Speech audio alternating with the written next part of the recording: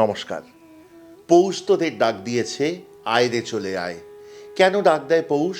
কারণ ডালা যে তার ভরেছে আজ পাকা ফসলে।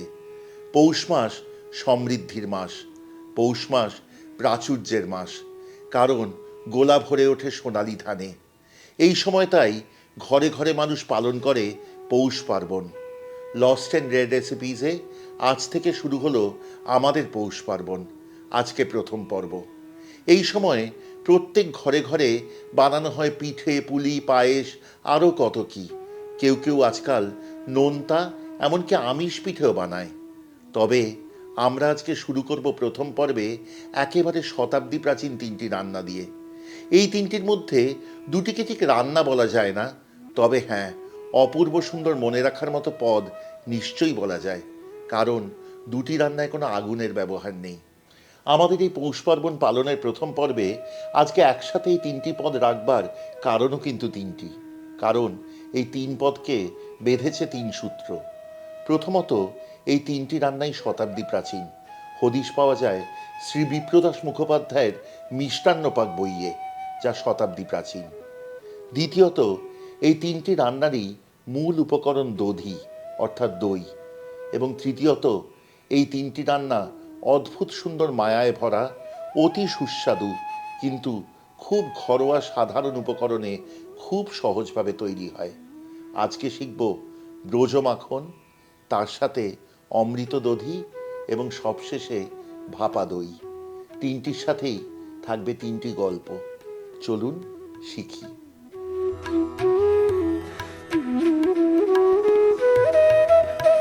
কোন সে হাজার হাজার বছর আগের কথা কে বা জানে। যমুনার তীরে ছোট্ট বাড়িটি, সেখানে ঘরের দরজা ঠেলে ভিতরে ঢোকে ছোট্ট বালক টলমল পায়ে। সাথে তার বেশ কয়েকজন তারই বয়সী বন্ধু বান্ধব। একজন আরেকজনের ঘাড়ে পিঠে চাপে, তারপর তারা নাগাল পায় সেই শিকের অথবা উঁচু তাকের। সেখান থেকে নামায় হাঁড়িটি। সেখান থেকে সবাই হাপুস হুপুস শব্দে চুরি করে খেতে থাকে সেই মাখন। মা যশোদা কখনো বা গেছে যমুনাতে জল ভরতে, কখনো বা ব্যস্ত গৃহকন্যার কাজে। তারই ফাঁকে তাড়াতাড়ি করে কাজ সেরে দরজা বন্ধ করে বেরিয়ে এক ছুট, সবাই মিলে একসাথে খেলতে যাবার পালা। কিন্তু ভুলে যায় কখন বেখেয়ালে ঘরের মধ্যে পড়ে আছে সেই হাঁড়ি, আর তারই পাশে তার মাথার পালকটি।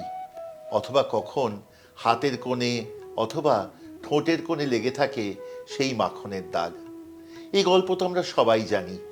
ছোট্ট গোপালকে কে না চিনি, কিন্তু কজন জানি গোপাল ঠিক কি চুরি করে খেত? সে খেত এই ব্রজ মাখন, যা আজকে আমাদের প্রথম নিবেদন। কখনো কখনো ব্রজ মাখন এইভাবে তৈরি হতো, কখনো বা দইয়ের ঘোল মন্থন করে করে করে ওপরে যে মাঠা উঠত, তাই খাওয়া হতো মিছরি দিয়ে। আজকে আমরা যে রান্নাটি শিখব, সেটির কিন্তু সত্যি কথা বলতে আজও বৃন্দাবনে খুব কদর, এবং আক্ষরিক অর্থে এটি দেবভোগ্য খাবার, কারণ এটি দেবতার ভোগে নিবেদন করা হয়। আজকে শিখব সেই ব্রজ মাখন।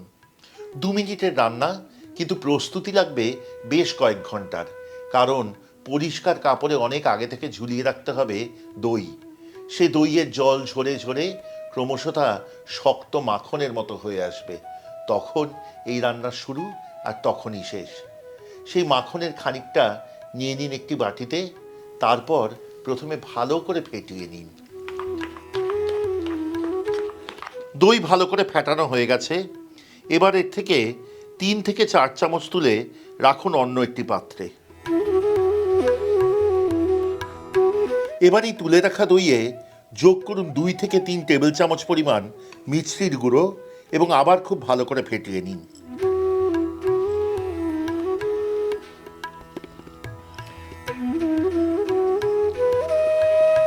ভালো করে ফেটিয়ে নেওয়া হয়েছে দই এবং মিছরি। এবার এই দইটুকু যোগ করুন মূল দইয়ের পাত্রে।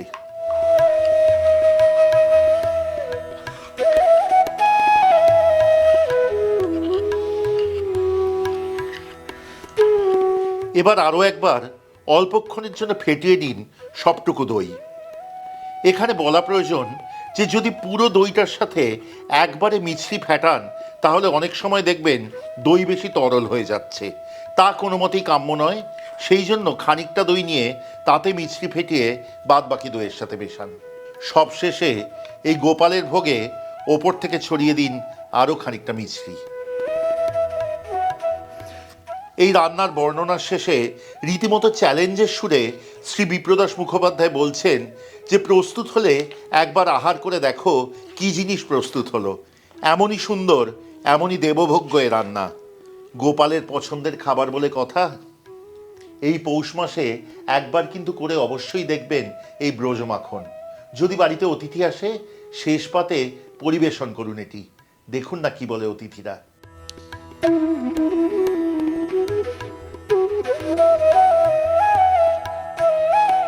এবার দ্বিতীয় রান্নার পালা। আমার ছেলেবেলায় কলকাতা জুড়ে খুব বিখ্যাত ছিল অমৃতের দই। অমৃত উত্তর কলকাতার খুব বিখ্যাত মিষ্টান্ন প্রতিষ্ঠান। আজকাল বহুকাল যাবৎ উত্তর কলকাতা ছেড়ে দক্ষিণ কলকাতায় বসবাস। সত্যি কথা বলতে অপরাধ হয়েছে, তেমনভাবে খোঁজ রাখিনি অমৃতের বহুকাল। কিন্তু আমার স্থির বিশ্বাস আমার প্রিয়তম শহর কলকাতা এত সহজে ভুলে যাবে না সেই অমৃতকে, এত সহজে হারিয়ে যেতে দেবে না তার ঐতিহ্য। নিশ্চয়ই অমৃত আজও আছে উত্তর কলকাতায় বহাল তবিয়তে। এর মধ্যেই একদিন ভাবছি গিয়ে অমৃতের দই কিনে আনবো। তবে হ্যাঁ, আজকের যে দ্বিতীয় রান্নাটি সেটি অমৃত দধি। তার সাথে কিন্তু আমার ছেলেবেলার সেই মনে রাখা অমৃতের দইয়ের কোনো মিল নেই। শতাব্দী প্রাচীন রান্না, আবারও বলছি, বিপ্রদাস মুখোপাধ্যায়ের সূত্রে পাওয়া অমৃত দধি আজকের দ্বিতীয় পর্বে।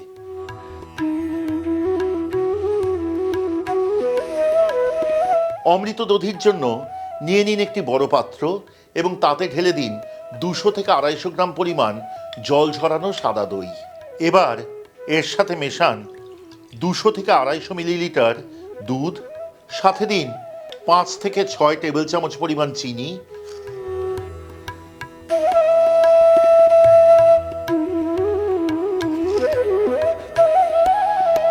এবং 1.5 থেকে 2 চা চামচ পরিমাণ ছোট এলাচের গুঁড়ো। ভালো করে মেশানো হয়েছে সবটুকু।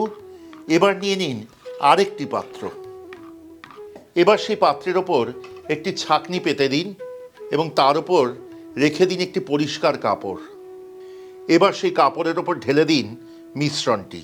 ভালো করে ছেঁকে নিন এই মিশ্রণটুকু।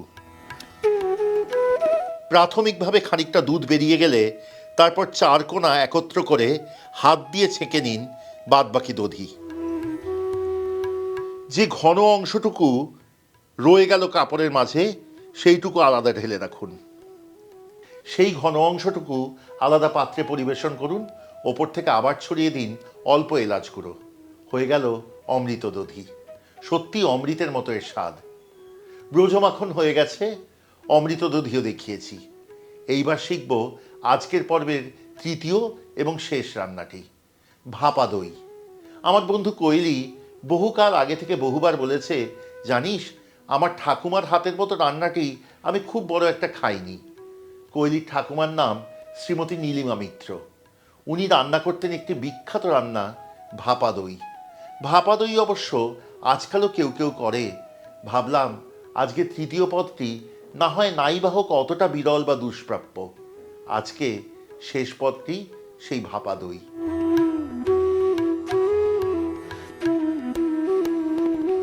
আগের দুইটি রান্নার মতোই ভাপা দইও কিন্তু খুব সহজ, তবে এর জন্য লাগবে দুটি প্রস্তুতি পর্ব। আগের দুটির মতোই জল ঝরিয়ে রেখে দিন সাদা দই এবং তার সাথেই তৈরি করে নিন বেশ খানিকটা ক্ষীর চিনি দিয়ে। ক্ষীর যখন চিনি দিয়ে তৈরি করবেন তখন দেখবেন লালচে রং আসবে এবং যতটা দুধ নিয়েছিলেন তার যখন 1/3 হবে তখন আলাদা রাখুন। যদি আপনি এতটা পরিশ্রম না করতে চান তাহলে আজকের দিনে সহজলভ্য কনডেন্স মিল্ক তাই ব্যবহার করুন না হয়। এবার সবকটি জিনিস অর্থাৎ সেই জল ঝরানো সাদা দই এবং এই ক্ষীর এবং খানিকটা চিনি একসাথে একটি পাত্রে নিয়ে ভালোভাবে মিশিয়ে নিন।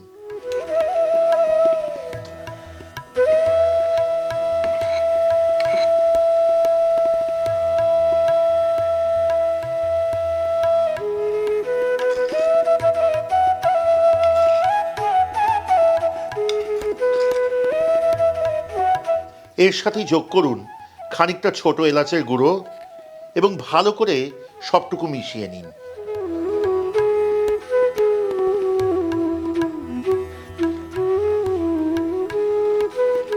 এরপর এটি ঢেলে দিন ছোট পাত্রে এবং বসান ফুটন্ত জলে ঢাকা দিয়ে।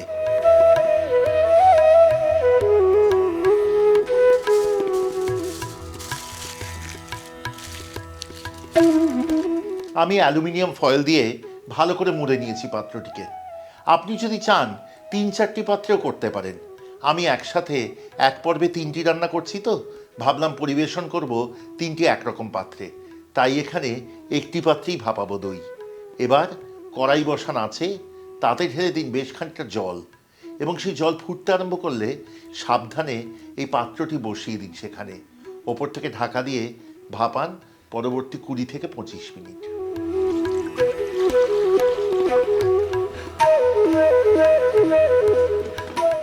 যতক্ষণ এই দই ভাপানো হচ্ছে আপনাদের কাছে অনুরোধ রাখবো, কেমন লাগছে আজকের পর্বটি, আমাদের এই পৌষ পার্বণের প্রথম পর্ব, দয়া করে আমাদের কমেন্টে লিখে পাঠান। যদি ভালো লাগে সাবস্ক্রাইব করে সঙ্গে থাকুন, খুব আনন্দ পাবো। এবং যদি মনে করেন আমাদের চ্যানেলের সব রান্নার নোটিফিকেশন প্রথম পৌঁছবে আপনার কাছে, তাহলে দয়া করে বেল আইকনটি টিপে দিতে কিন্তু ভুলবেন না। আর হ্যাঁ, যদি মনে করেন এই ঐতিহ্য বাঁচিয়ে রাখবেন, যদি মনে করবেন যে পরবর্তী প্রজন্ম থেকে প্রজন্মে ছড়িয়ে পড়বে আমাদের আজকের রান্নাগুলি, এই ব্রজ মাখন, এই অমৃত দধি এবং ভাপানো দই, তাহলে দয়া করে শেয়ার করুন। এটিই কিন্তু একমাত্র উপায় এই ঐতিহ্যকে বাঁচিয়ে রাখার। 20 মিনিট অপেক্ষা করব, তারপর কড়াইয়ের ঢাকা খুলব। প্রায় 20 মিনিট কিন্তু অতিক্রান্ত হয়েছে। এইবার এই কড়াইয়ের ঢাকনা খোলার পালা। কিন্তু তার আগে আপনাদের বলি, যদি আমাদের যোগাযোগ করতে চান আমাদের থেকে খাবার নেবার জন্য অথবা আমাদের সাথে ভাগ করে নেওয়ার জন্য আপনাদের পরিবারের কোনো রেসিপি, কোনো গল্প, কোনো রান্না, তাহলে আমাদের যোগাযোগের নম্বর হলো 6291834357। কলকাতার নম্বর। সকাল 11টা থেকে সন্ধ্যে 7টা, সোম থেকে শনিবারের মধ্যে যোগাযোগ করতে ভুলবেন না। আমরা কিন্তু আপনাদের যোগাযোগের অপেক্ষায় থাকব। ফোন কলও করতে পারেন, হোয়াটসঅ্যাপও করতে পারেন। অবশ্যই যোগাযোগ করবেন।